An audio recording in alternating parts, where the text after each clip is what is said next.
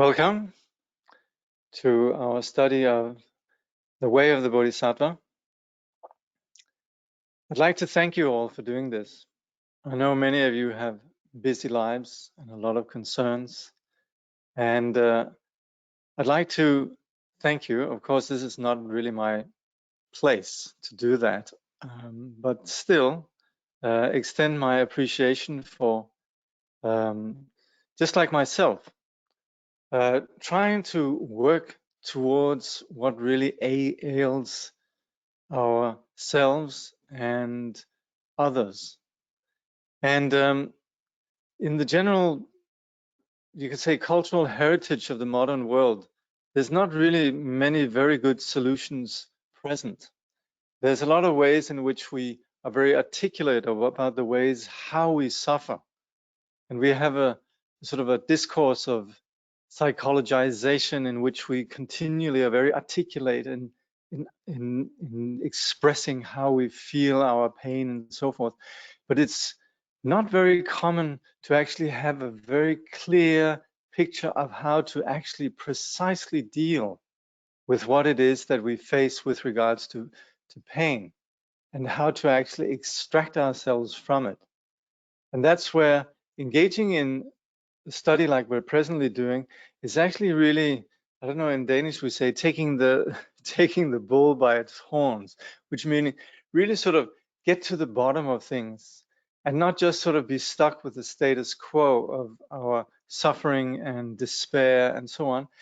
And also, yeah, so to even have the, you could say, confidence in the workability of our situation beyond just the usual regurgitating of familiar narratives and conversations. This really is something that is extraordinary. And that's why, of course, also when we have what we call preliminary reflections, such as thoughts that turn the mind, these really highlight how to not only be born as a human, but actually take on the study of Dharma and take on the study of the teaching of enlightenment is extremely rare.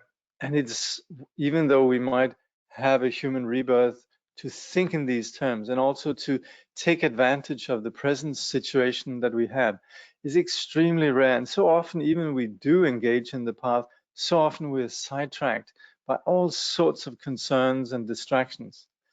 So that you take out a time, an entire hour to study and pursue this this project, which is very clear in terms of its methodology, not just like we should be better people, you know, oh, woe is I, because, you know, I am in this way. It's not like we just aspire to something, but there's a very clear way forward. The Buddhist teaching is so compassionate in terms of the methodologies that it offers, in terms of a clear explanation, in terms of a clear method. And the unfortunate thing, of course, is we have to do it. So that's where there might be an excellent medicine and we might have excellent doctors, but at the end of the day, we ourselves have to subject ourselves to the treatment. But in recognition of all the challenges there are, then certainly I'd like to express my rejoicing that we're here. And of course, implicit in this is also our recognition and how this is valuable, not just for ourselves, but for the community at large. You could say in the highest, in the nth degree, we are talking about all sentient beings, infinite sentient beings. And of course, that also implies the whole project of enlightenment, which is, like Gendun Chömpel, a great Tibetan sage of the early 20th century, he'd say, when we encounter the Mahayana, we better get used to the notion of inconceivability. But in addition to also serving the infinitude of sentient beings, which could at times maybe sound slightly highfalutin and abstract, it's also very much about us serving those around us, so serving those to whom we are connected, that we meet, that we deal with, and the continual experience we have of interacting with other subjectivities, other persons, other animals, other beings. So in this way, this really constitutes the most precious endeavor we could ever take on. And we do so then not just for our own private nirvana, but very much with a recognition of something that is far beyond just us. So in doing so, then we have the guidance of Shantideva, as presented through through His Holiness the Dalai Lama. And so these being our present guides, then we shall continue where we left off last. We'll begin with the suggested by His Holiness, in which really actually all Buddhist study actually should be preceded by something like this. So, abandon evil doing, practice virtue well, subdue your mind. This is the Buddha's teaching. Like a star, an optical illusion, or a flame, a magical illusion, a dewdrop, or a bubble. Like a dream, a flash of lightning, or a cloud. So should one consider all compounded things. In the Buddha, the Dharma, and the Supreme Assembly, I take refuge until I attain enlightenment. Through the merit of practicing generosity and so on, may I attain Buddhahood for the benefit of all beings. In the Buddha, the Dharma, and the Supreme Assembly, I take refuge until I attain enlightenment. Through the merit of practicing generosity and so on, may I attain Buddhahood for the benefit of all beings. In the Buddha, the Dharma, and the Supreme Assembly, I take refuge until I attain enlightenment.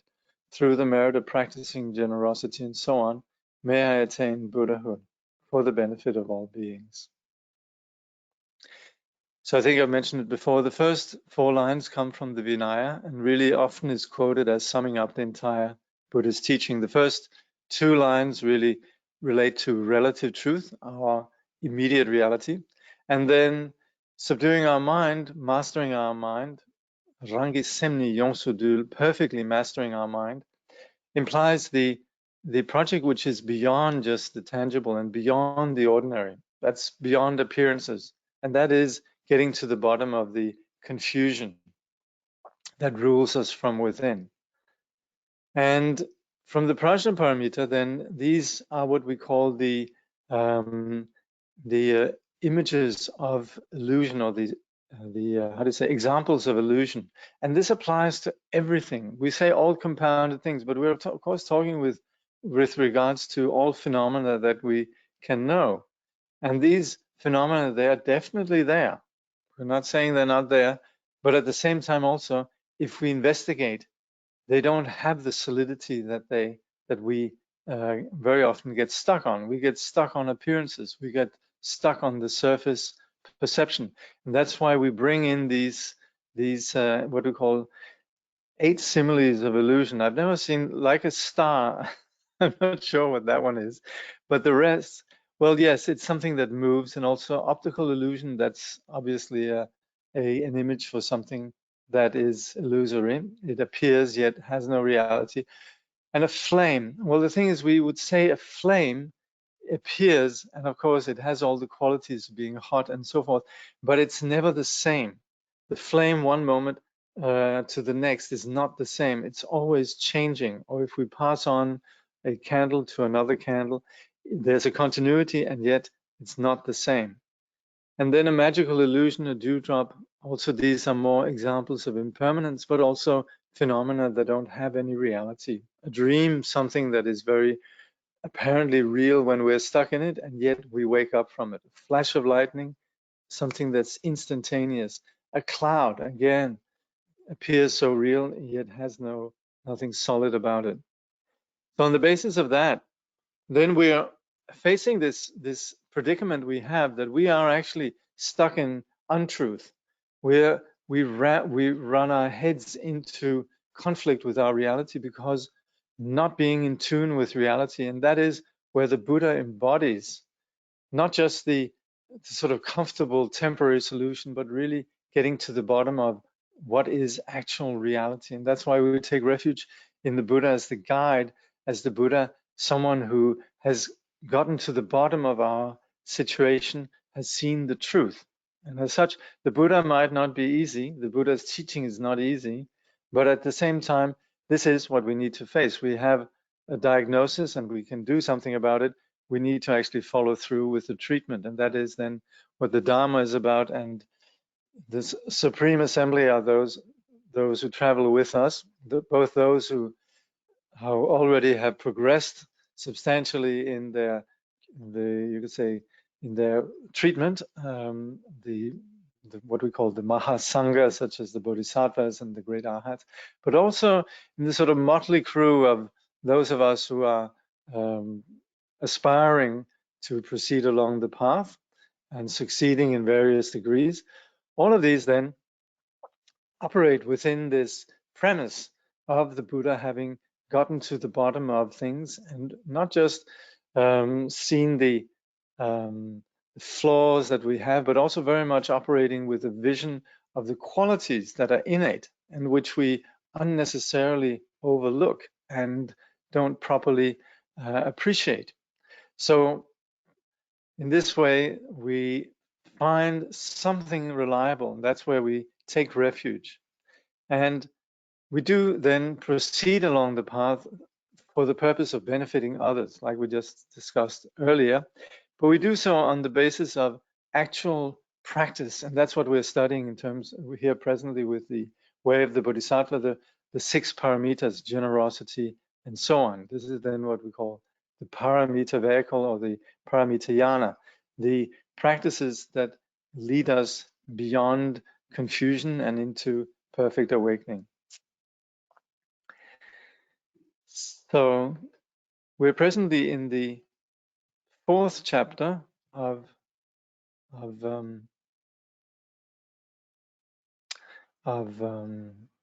fourth chapter of the Way of the Bodhisattva. And last time we looked at something that I'm just going to go over just to sort of bring us back on track here, which is the issue of our emotions. And this is, of course, the most challenging aspect really of the path, at least initially. And because this is the gross, obvious struggle that we have with the toxicity that we have within. Not necessarily that we're bad people, but on the basis of our confusion, then we get stuck in particular patterning that generates these experiences of toxicity.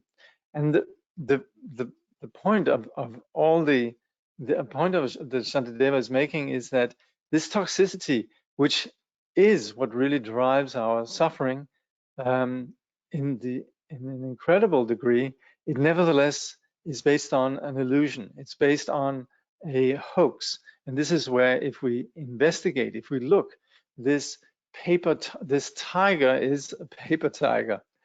So that's where His Holiness was saying, for example, when we experience aversion or attachment, these emotions are not located in the ugly or beautiful object that causes them. So we come across, you could say, situations in which we have annoying objects. This can be something we can look at a painting and we might think that's an ugly painting, but there's nothing in the painting itself that is ugly. It's our particular judgment. Same when we deal with other persons. There's nothing ugly or despicable or annoying in the other person. It's entirely our way of perceiving that other person that constitutes likable, not likable, ugly, beautiful, etc. Nor with regards to our own minds then can we find anything that is then this self that really is the cause of these likes and dislikes. So that's again where we need to go through the process, not of just saying, oh yeah, the Buddha said there's, all thoughts are the Dharmakaya or whatever. There needs to be a process in which we are real with ourselves, honest with ourselves, and where we wholeheartedly look in our minds and see, is there really a self that is the foundation for these likes and dislikes? Investigate, like we do in the Abhidharma and also in the pith instructions of meditation, can we find an actual self? And on the basis of not finding anything, can we justify all these toxic moods in which we have likes and dislikes? So we can't find anything in our minds, and yet we can't find it anywhere else. And that's where we're perfectly empowered to actually deal with our particular situation. So that's where nobody else can do it for us. We have to do it ourselves. His Holiness says, when we look more closely, we realize that it is through the coming together of causes and conditions that these emotions have such power. They do not have any power of their own. They're non-existent, and yet because of our confusion, taking the display and the power of the mind in relation to a non-existent self, then we have likes and dislikes and the kleshas, and these then drive actions, which are then the patterning that constitutes our being, and what we call karma. So on the basis of these two, the conditions, causes and conditions of kleshas and karma, then we in our delusion experience the various sufferings of the emotions, the destructive emotions. So His Holiness says, these emotions are simply a nexus of factors that we identify and label. In fact, emotions are entirely dependent on other things. The harm they do to us is due to illusion. If we really understand this, the negative emotions cannot harm us. And this is where we've been given the key now. And we can stand there and look at the key and should I really use it or should I not use it? But it's really up to us to actually now apply the key and actually move on. So that's where we needn't sort of forever hover around and say, oh yeah, this is a key.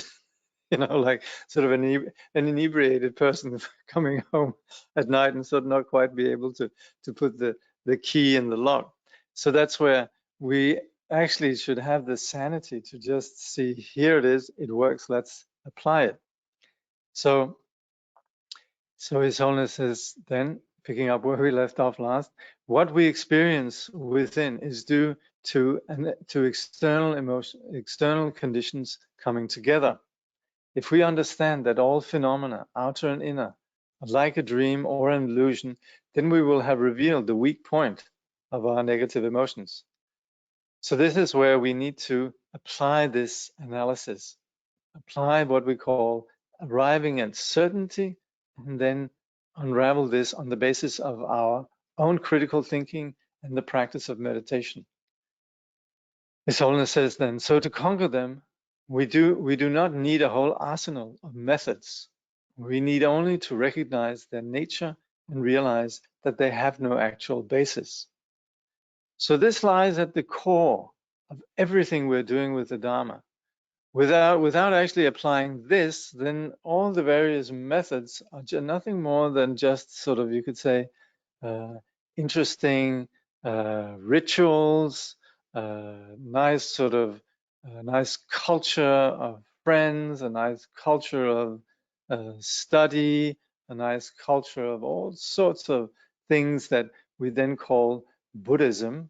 But what Buddhism is, and of course why we're drawn to the Buddhist teaching and pursue the Buddhist teaching, is really that we recognize the value of exactly this point here. And everything else that we have constitutes then skillful means, and necessarily should be skillful means for achieving this.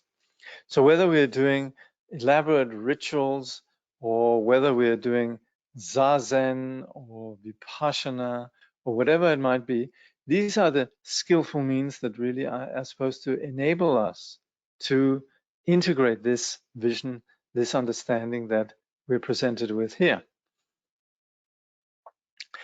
So that was the fourth chapter, carefulness, and now the fifth chapter, attentiveness, which is translated in different ways. Attentiveness in Tibetan, it's shepshin or sheshin, which means just it's presence of mind.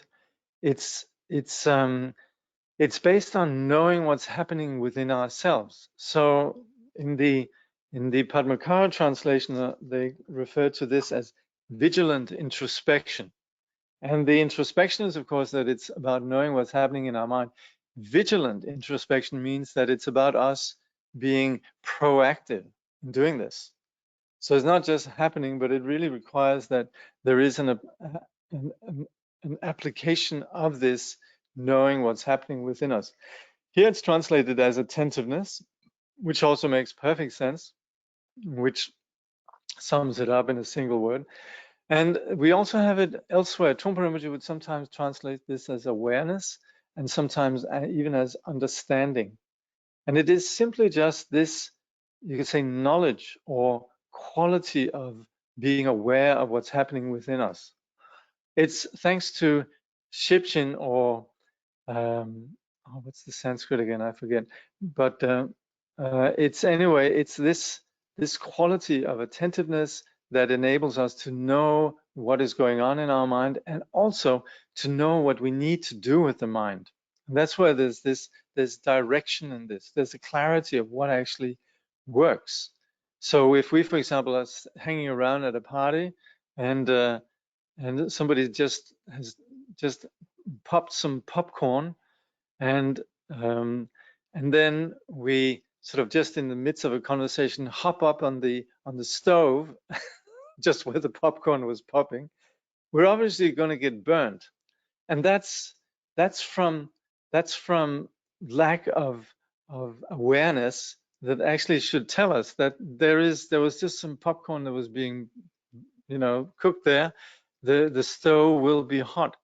And that's where we need a combination both of how do stoves operate. They are hot for a long time after something has been cooking, and also have the presence of mind. So this presence of mind is generally what we call mindfulness, and the sort of just general panoramic understanding of the situation, the knowledge involved. You don't sit on stoves when they're hot. That's what we call attentiveness. So these two work together, mindfulness and awareness, or mindfulness and attentiveness. So this very much constitutes the aspect of insight and knowledge about, particularly with regards to our mind then. And that's where Shantideva then says, those who wish to keep the trainings must, with perfect self-possession, guard their minds. Without this guard upon the mind, the trainings cannot be preserved. I'm just going to actually read, I was just reading some of it and I thought maybe just see, there's one or two more which says here.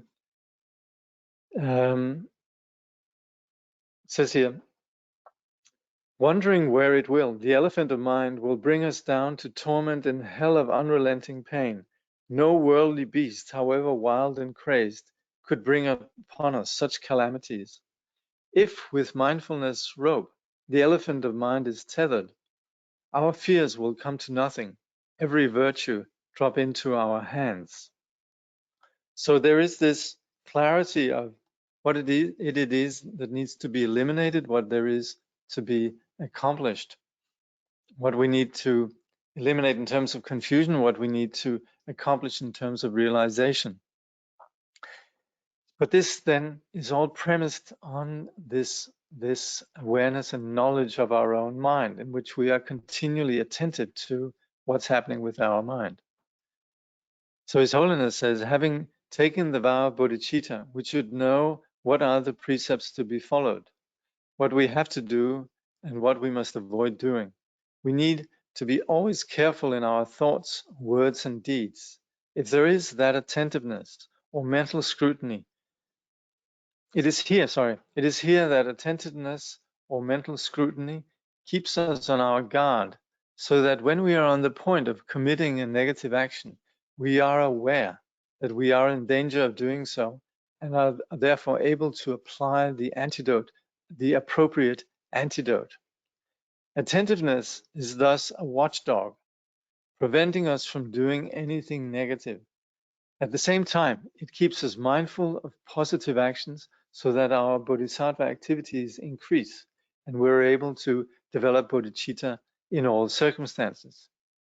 So on the basis of attentiveness, we then know what's happening within our mind, what needs to be done, and the antidote is then the particular application of whatever practice we might be doing. It might be just mindfulness, it might be sustaining Vajrayana sadhana, it might be meditation on compassion, whatever it is that we're applying in terms of remedy. But it's really attentiveness that continually informs us what's happening with our mind and what needs to be done. His Holiness continues, the spiritual training, according to the monastic and lay rules of the Vinaya predominantly involves discipline of physical action and speech, although the mind is important to the extent that it governs both of these. In the Bodhisattva yana and Mantrayana, on the other hand, it is the mind that is of paramount importance.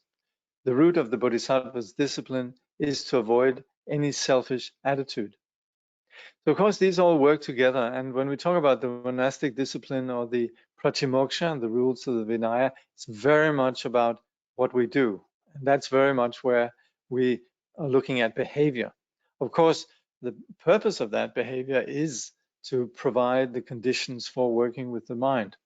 But there's very strict parameters for then the lifestyle of, say, the monastics and also those that abide by the rules. So both the monastic and lay rules. These are very much about how we conduct ourselves. The Bodhisattva and Mantrayana, they are then more about what's exactly happening with our mind. Of course, there's no conflict because the way that when there is an awareness of mind, then naturally the actions will be, you could say, according to the prescriptions that you would have in the Vinaya, or there would be the general practice of not harming others and so forth. So there would be no flaw within body and speech, but the approach is really through the mind. So His Holiness continues, the root of the Bodhisattva's discipline is to avoid any selfish attitude. We should never pursue our own interests while forgetting others, and to do so at the expense of others. Of course, our body and speech are involved, but we're concerned here mainly with the mind.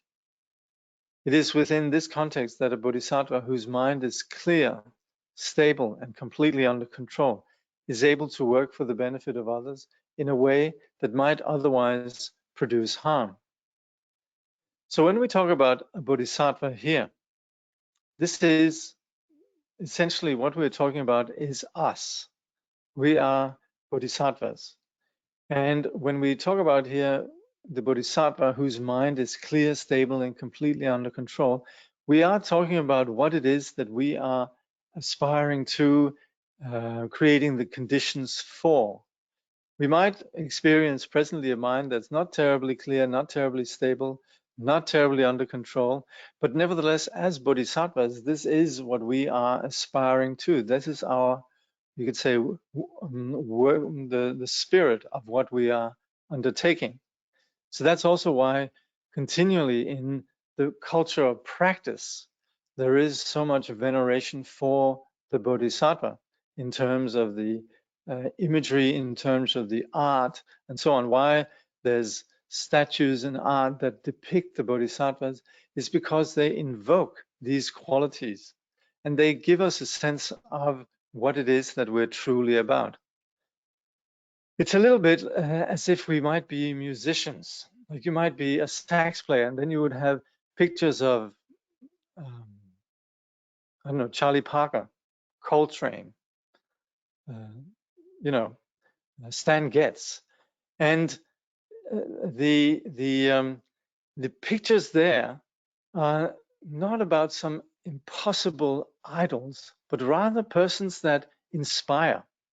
Or if we're a guitarist and then maybe, I don't know, Carlos Santana comes to visit us, then yes, there is a sense that this person is accomplished, but we have this openness towards anything that person might say about how to play the guitar or how to play the sax, that there's an openness towards this in terms of what we could learn. So we look to Avalokiteshvara, Manjushri, look at the teachers that we have, our gurus and so on, and not just as someone who's there to sort of provide the occasional contact high, but as someone who really embodies what it is that we're training. We're training in playing a particular instrument, which is then bodhicitta. And we look to how they do it. What are the actual tricks of how to exactly do this? So we should never think, oh yeah, there's the bodhisattvas and then there's us. We are, if we're studying this text presently, we are on the bodhisattva path. And The Bodhisattva path doesn't sit up there as some annoying ideal. I should be like this, but damn it, I'm not. And I should be clear, stable. Well, look at my mind. Where's the clarity? Where's my stability? I can't do this. That's where there has to be a softness. And that softness needs to come from our hearing the teaching, applying it, enabling us to gain a foothold in terms of this. And at that point, then, yes, we might be just at the beginning of the path, but nevertheless, we are on the path. It's not as if you can only put up a picture of Carlos Santana or Django Reinhardt once you've played the guitar for a certain number of years. Until then, you're not even allowed to think of it. It's right from the start. You might be inspired by the example of your teachers, by the example of the Bodhisattvas. So in that way, the presence of the Bodhisattvas in this discussion is very relevant in terms of what we actually are doing. So then here it says, the main discipline, therefore, concerns the wrongdoings of the mind. So then taking from the way of the Bodhisattva, Shantideva's words are, for all anxiety and fear and pain in boundless quantity, their source and wellspring is the mind itself, as he who spoke the truth declared. So that's referring to the Buddha, who essentially said that all the various kind of sufferings that we have, they all come from the mind. So His Holiness says all suffering in this life and others is created by the unsubdued mind. Similarly, the basis of all the practices of the 6 paramitas, such as generosity, moral discipline, patience, endeavor, meditation, and ultimately prajna, all these practices of the 6 paramitas, they are then based on the mind. Of course, a lot of them have to do with our sort of the expression and our actions, generosity, moral discipline, obviously, but it really comes down to what's happening within the mind. So Shantideva says, therefore, I will take in hand and well protect this mind of mine. What use to me are many disciplines if I can't guard and discipline my mind? So the mind is key. The disciplines, the practices are secondary. We shouldn't just sort of mimic the disciplines without understanding what the purpose is. Otherwise, it's a bit like famously the tail wagging the dog, the secondary becoming the issue, and we failing to understand the primary. So His Holiness says, nothing is more important than guarding the mind. Let us constantly keep watch over the wild elephant of the mind, curbing it with mindfulness and vigilance. This is how to avoid being influenced by different external conditions. But even in retreat, in a very secluded place, if the mind is not kept under control, it still will wander all over the place. Even completely alone, we can have an enormous amount of negative emotions. So probably most people are familiar with the story of Paltrimurje, who visited this hermit who was sitting and practicing very seriously, and Paltrimurje sort of came in and sort of was sitting with him. They were having a cup of tea, and he says, "What are you actually doing here?" And the hermit sort of slightly pompously sort of said, "I'm meditating on patience." And Paltrimurje is sort of joking with him, say, "Yeah, isn't this good? These things that we can do so we can get some money from our benefactors and have an easy time here in life." And the hermit says, "What are you talking about? I'm a very good practitioner. Get out." And then Paltrimurje says, "So what happened to the patience?" So of course, having all the circumstances is not necessarily a guarantee that we will keep the mind under control. So we shouldn't rely on external circumstances, but continually just remain focused on what really it is that we carry with us 24/7, which is the mind. So His Holiness says, how are we to guide them? How are we to guard the mind? We should use attentiveness to watch our thoughts and use mindfulness to judge whether we are acting correctly. With these two, we have the means to annihilate all adverse conditions. But without them, we will not see whether our thoughts are positive or negative, whether we are doing the right or wrong thing, nor will we be able to use antidotes as necessary. So, 23. All you who protect your minds, maintain your mindfulness and introspection, guard them both at cost of life and limb. I join my hands, beseeching you. So this really is this is so often quoted, and this of course really is the injunction to anyone who practices practices the path. He goes on to say, therefore, from the gateway of my mind, my mindfulness shall not have leave to stray, and if it wanders, it shall be recalled by thoughts of anguish in the lower worlds. So that's why we realize mind is capable of creating so much pain. And if we have a little bit of pain now within the sort of framework of this very comfortable existence that we call the human rebirth, then we should take into account how mind can create pain when it's no longer bound or tethered to this particular experience of embodiment within the human realm.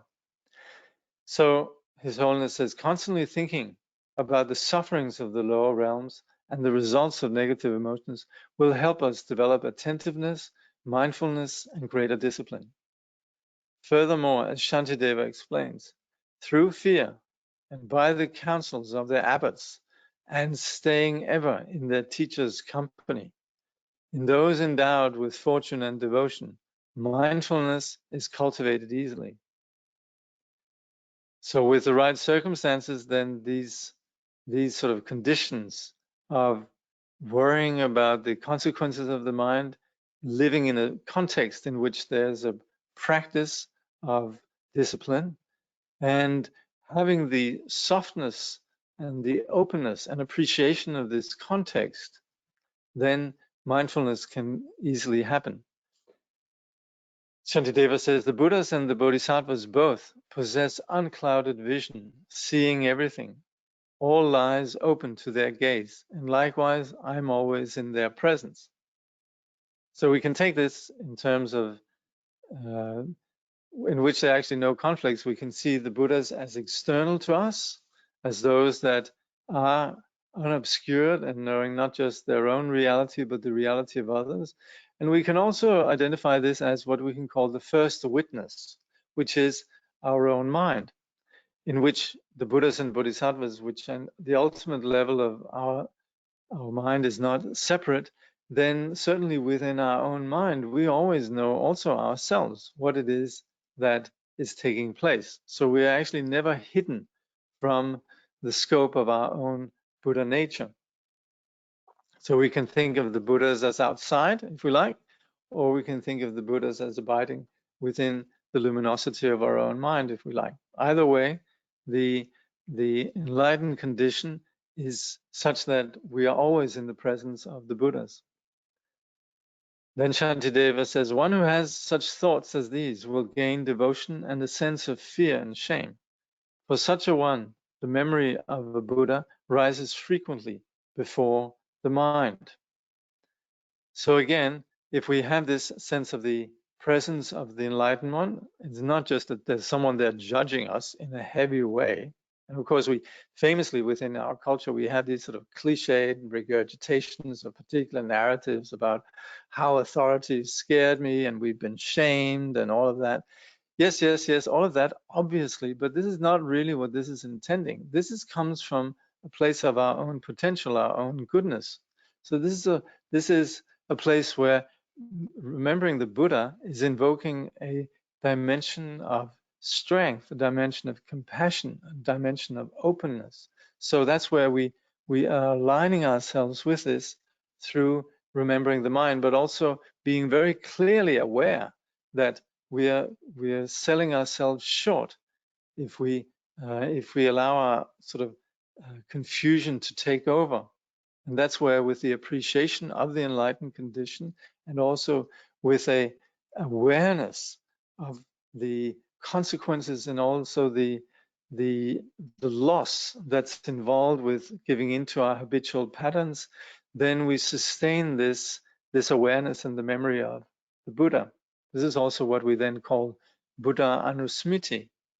And this is where, for example, we in the general Buddhist teaching, we practice invoking the presence of the teacher, Buddha Anusmriti, recollecting the Buddha, and particularly then also in the Vajrayana, there's very much the practice of invoking deity, invoking enlightenment in the various forms of enlightenment, such as Bodhisattva, such as the Guru, such as Vajradhara, Yeshe Tsogyal, Tara, Manjushri, and so on.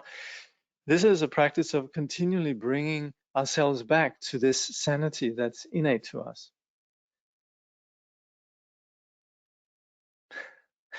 So as we develop mindfulness, never forgetting what to do and what to avoid, attentiveness gradually becomes part of us.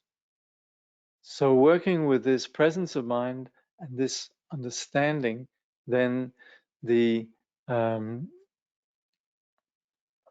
conditions for the path, which involve not being clear on what we need to do and what we need not to do, this very much becomes not just a project that we're undertaking, but it becomes us.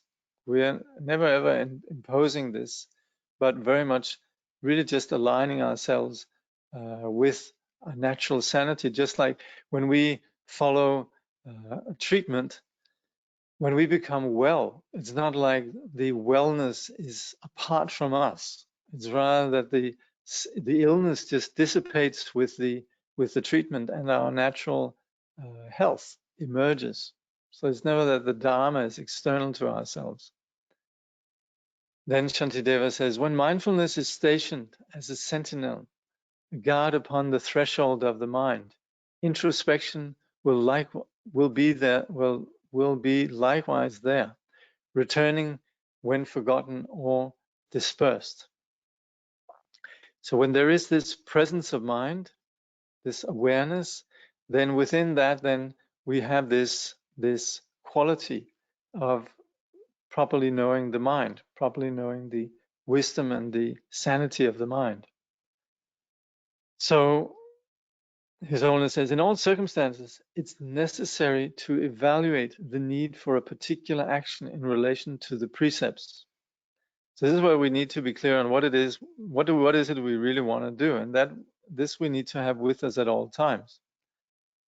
That's where we need to have some clarity about what is it exactly our practice is and how do we apply it according to time and circumstances.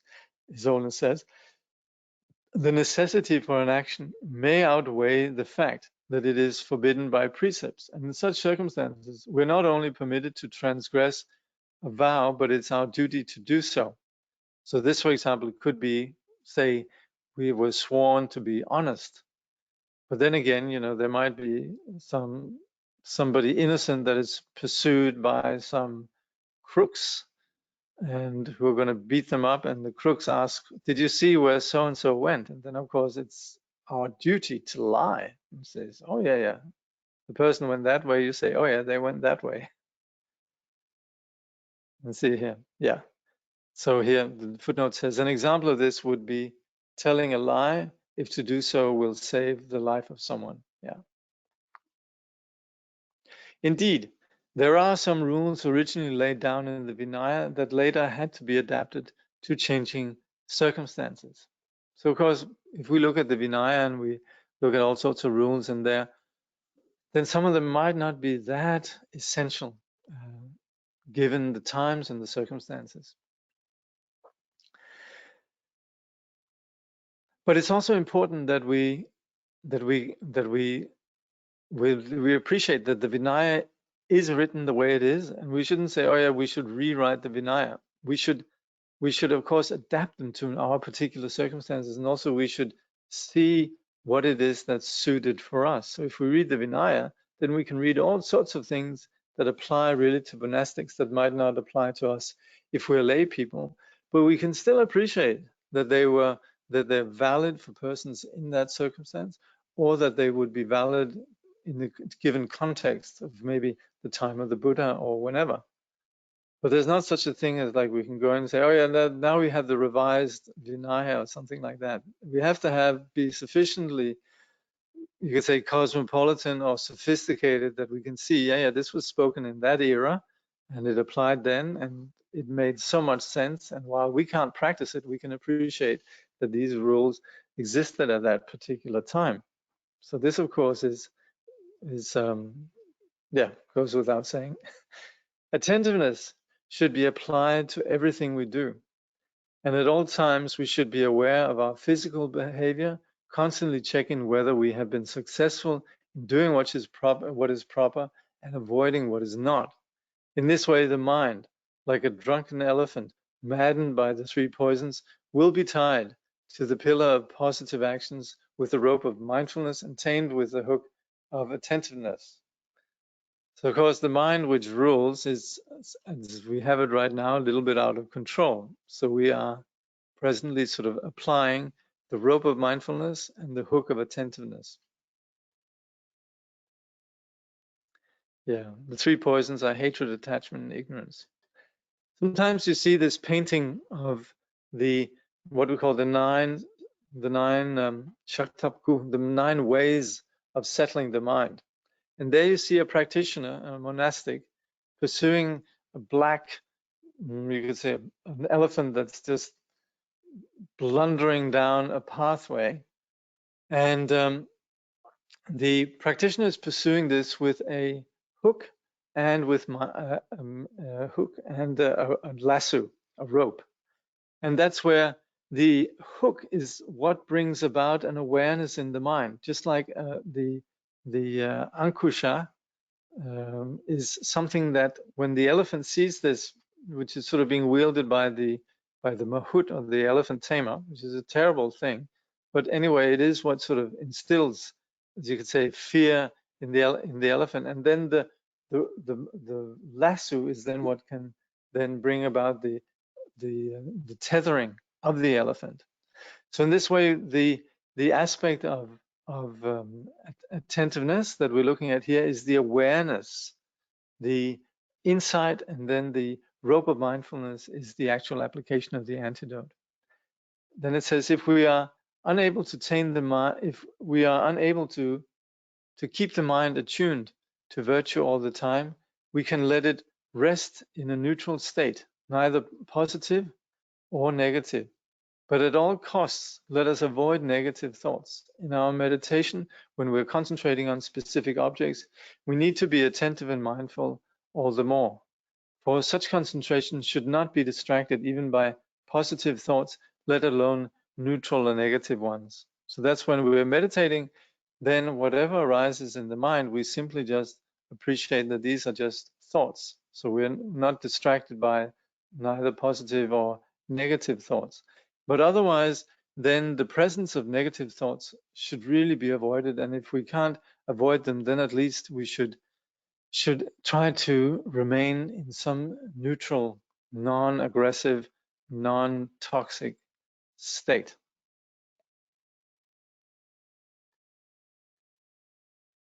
Okay.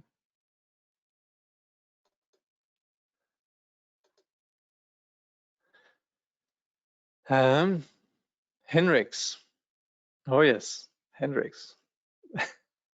So people have pictures of Jimi Hendrix on their walls, and of course, yes, that inspires good guitar playing. So I have pictures of a few bodhisattvas here, and that hopefully is keeping me away from doing too much disaster. Sometimes we are away, or sometimes we are. Sometimes we know we are in danger, but we can't refrain ourselves, and we fall in the same patterns of obscuration. It's so painful to fall. We do what we don't want and don't do what we know we should. Yes, that is so true. That's so true. And that's of course why we are called practitioners. We're presently not pros, we're practitioners, we're beginners. And as such, there's nothing surprising about us falling into these patterns. But then again, we get up and we never give up. We know what it is that we are supposed to be doing, and we know what we're not supposed to be doing. So when we're falling prey to these, we never give up. And that's of course also why we have in Buddhism the whole practice repeatedly of what we call the practice of Shakpa, which really means to set aside our negative, you could say, breaches of our discipline. We renew ourselves. We know we've sort of gone down into a dark hole, and we can get out, and then we can, you could say, be clear on what it is that requires to be fresh back to where we started and have that same direction and power of inspiration. So that's where we do, this is what we practice with the 4 powers. The powers of support, the powers of regret, the power of resolve, and the power of application. If we root out all emotions, isn't there a risk of becoming Stoics? No, it's the opposite, actually. Well, that depends how you view the Stoics, because the Stoics were actually pretty impressive people. But we certainly don't mean zombies. So you could say Stoics, they're pretty hardened people. They're sort of out of the good old Athenian sort of, what's it called, these Spartan camp of people who just sort of were sort of almost proud to undergo difficulties, right? So Stoics are not that bad, but what we definitely want to be clear on, rooting out emotions means that we actually begin to come into touch with our emotions. See, that what we have now is sort of some sort of limited emotions. When you could say the power of the mind is filtered through the pettiness of ego and ego's agenda, and all egos, rather diva-like likes and dislikes, and ego is a very you say fussy character, and really all the qualities and brilliance of the mind, and it's the pure energy of the mind filtered through ego, really ends up becoming these causes of our pain, which are then the destructive emotions. So it's actually just what we have is really just half emotions. So the Buddhas, they experience full emotions. But we need to understand what we mean then with emotions is, we mean something in Tibetan, it's called sakche, which means that which has fallen down or is tainted by duality. And that's where we presently, from a point of view of ego and self and other and so forth, we're operating from a very narrow place. And that's where the brilliance of the mind is diminished into these destructive, self-centered patterns that we call kleshas, or which are then translated as destructive emotions. But the thing is, what we're doing on the path is actually coming into contact with the genuine brilliance of all of this. And that's where the emotions then arise as wisdom. And that, of course, is the inspiration of the Vajrayana, that emotions and the arisings of the mind in their raw condition are really brilliant. And they possess so much quality in terms of insight. But presently, we're talking about the way that self-centering then results in these toxic conditions that is based on attachment, aversion, and so forth. And that's what we're about rooting out. That's what we want to get to the bottom of, the pain that comes from tagging along with this self-deception. So then there is another question here. It has been said by a certain Sufi mystic that the true purpose of emotion is to allow a streaming beauty to flow through your life, or at least something like something of the like. Yeah, that's right. That's very much the what we're talking about here. So what we right now have is that the beauty is being stemmed, is sort of being polluted. And that's what we're trying to get to the bottom of. The thing is, we're so used to this polluted stream that we think that's life. And that's sort of the spice of life. So that's where we are saying, like, I am like this, and I have this, and I have this sort of nature, and so on, and I can't do anything about it. And that's where presently Shantideva is highlighting how this brings us down, how this makes us suffer, and how it's so possible to work with this.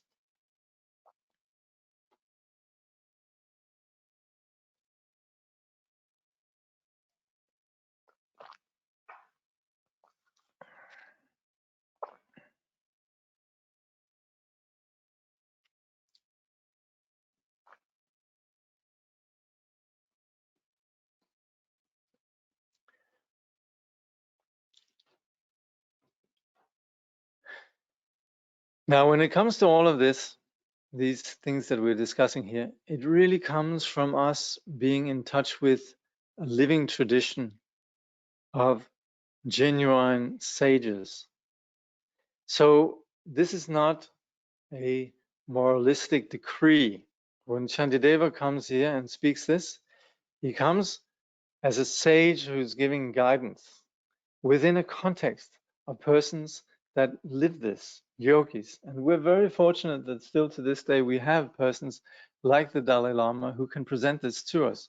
So it's not just that we're presenting a hard dogma, but we're really being invited into an atmosphere of profound celebrations of the profound nature of what we could call our humanity, our goodness. So it's within this culture of goodness that this makes so much sense. If this was just being laid down as something that just stood in words, like, letters on, like Milarepa says, I have no need for these letters, these black letters on white pages. All phenomena is the teaching. And within such a living culture, then we get our inspiration and understanding of this through contact with the goodness of the living tradition, goodness in people. And that's where it's so important that we undertake this really with a deep appreciation and respect that comes from really an openness and a softness that comes from being in contact with really great persons. And we luckily have that still in this world. We have His Holiness the Dalai Lama, we have the Khyentse Rinpoches, we have His Holiness Sakya Trinzen. We have so many great teachers in this world, so we can see this. And it's within the spirit of this goodness that everything else makes sense. Otherwise, we could read books, we could scour the internet, and all we'll see is just really our interpretation of all this information, and it'll never really help us much. We'll just be reinterpreting it according to our particular optics. So what really breaks the rigidity of our optics is really this softness and this openness that allows for us to appreciate the message and the intention behind the message.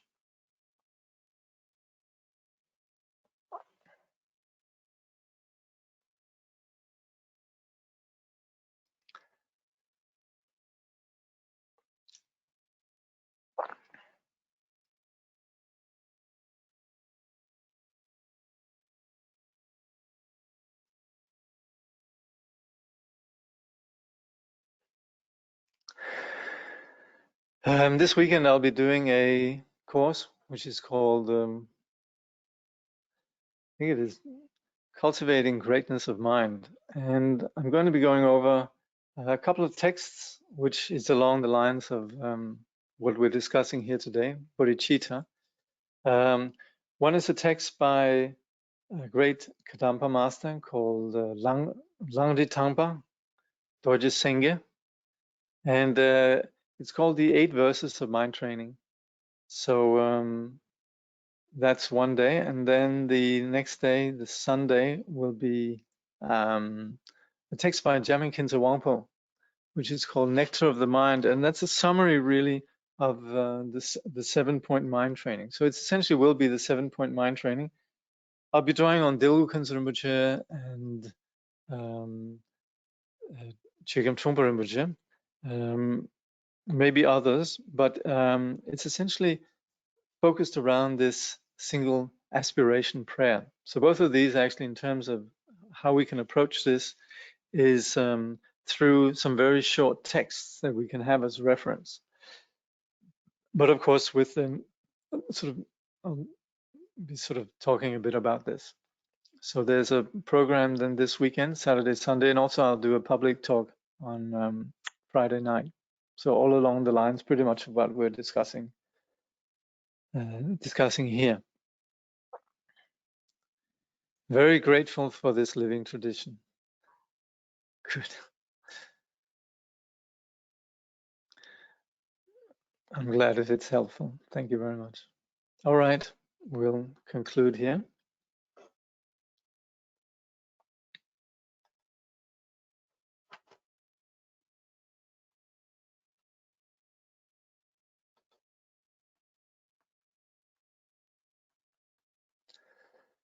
May bodhicitta, precious and sublime, arise where it has not yet come to be, and where it has arisen may it never fail, but grow and flourish ever more and more. Through all our births, wherever we may be born, may we be endowed with the 7 good qualities of the higher realms. As soon as we're born, may we meet with the Dharma and have the freedom to practice it properly. At that time, may we please the holy gurus and practice the Dharma throughout the day and night. Realizing the Dharma and accomplishing its essential meaning, may we cross the ocean of existence in that life. Thoroughly teaching the holy Dharma in this world, may we never tire of accomplishing the benefit of others. By this vast benefit of others, without partiality or bias, may all attain Buddhahood together.